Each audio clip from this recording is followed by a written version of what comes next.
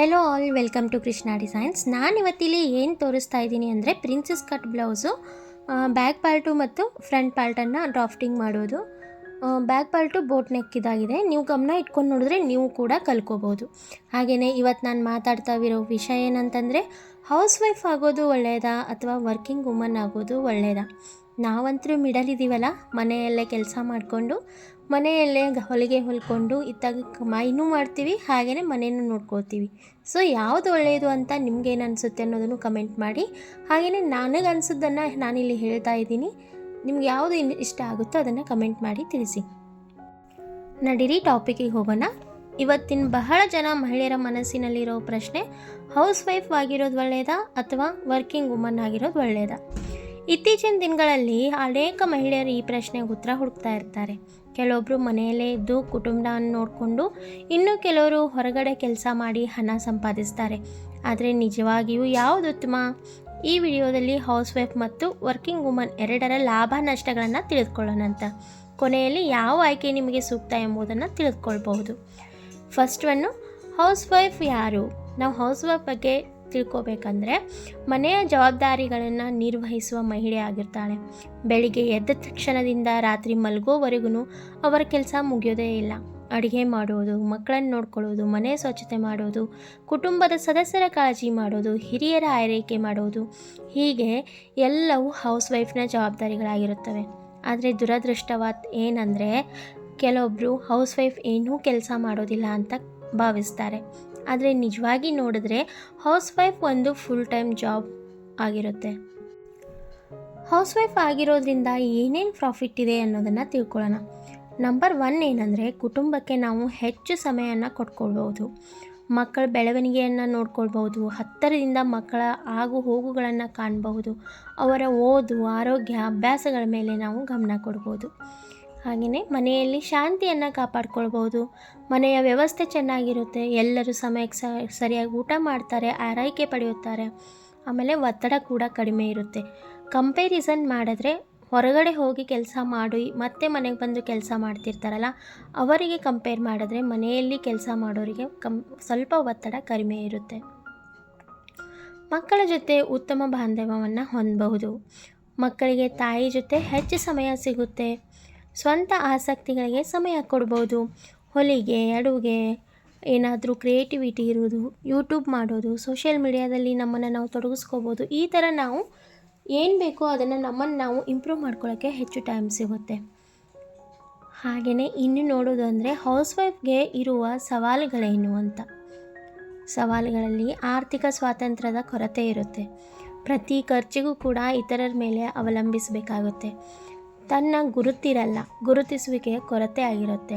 ದಿನವಿಡೀ ಮನೆಯಲ್ಲಿ ಇರುತ್ತೆಯಲ್ಲ ಎಂಬ ಮಾತು ಕೇಳಬೇಕಾಗಬಹುದು. ಆತ್ಮವಿಶ್ವಾಸ ಕಡಿಮೆಯಾಗುವುದು. ಕೆಲವರಿಗೆ ತಮ್ಮ ಸಾಮರ್ಥ್ಯವನ್ನು ಬಳಸಲಾಗುತ್ತಿಲ್ಲ ಎಂಬ ಭಾವನೆ ಕೂಡ ಬರಬಹುದು.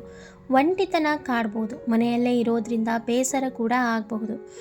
ಹೋಲಿಕೆ ಅಂದರೆ ಕಂಪೇರಿಸನ್. ಅವ್ರು ಹಾಗೆ ಅಷ್ಟು ಮುಂದೆ ಹೋದರು, ನಾನೇನೂ ಮಾಡಲಿಕ್ಕಾಗಲಿಲ್ಲ ಅನ್ನೋದು ಇತರ ಮಹಿಳೆಯರೊಂದಿಗೆ ಹೋಲಿಕೆ ಮಾಡಿಕೊಂಡು ದುಃಖ ಪಡ್ಬೋದು.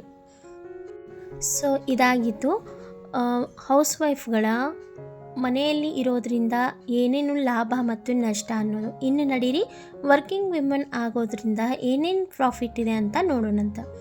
ಫಸ್ಟ್ ಪಾಯಿಂಟು, ಆರ್ಥಿಕ ಸ್ವಾತಂತ್ರ್ಯ. ಸ್ವಂತ ಹಣ ಸಂಪಾದಿಸಬಹುದು.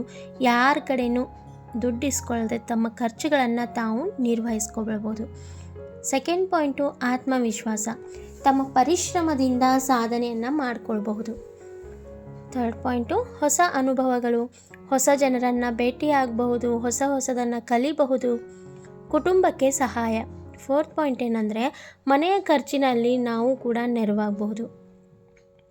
ಫಿಫ್ತ್ ಪಾಯಿಂಟು, ಮಕ್ಕಳಿಗೆ ಪ್ರೇರಣೆ. ಮಕ್ಕಳು ತಾಯಿಯನ್ನು ನೋಡಿ ಪ್ರೇರಣೆ ಪಡೆಯುತ್ತಾರೆ.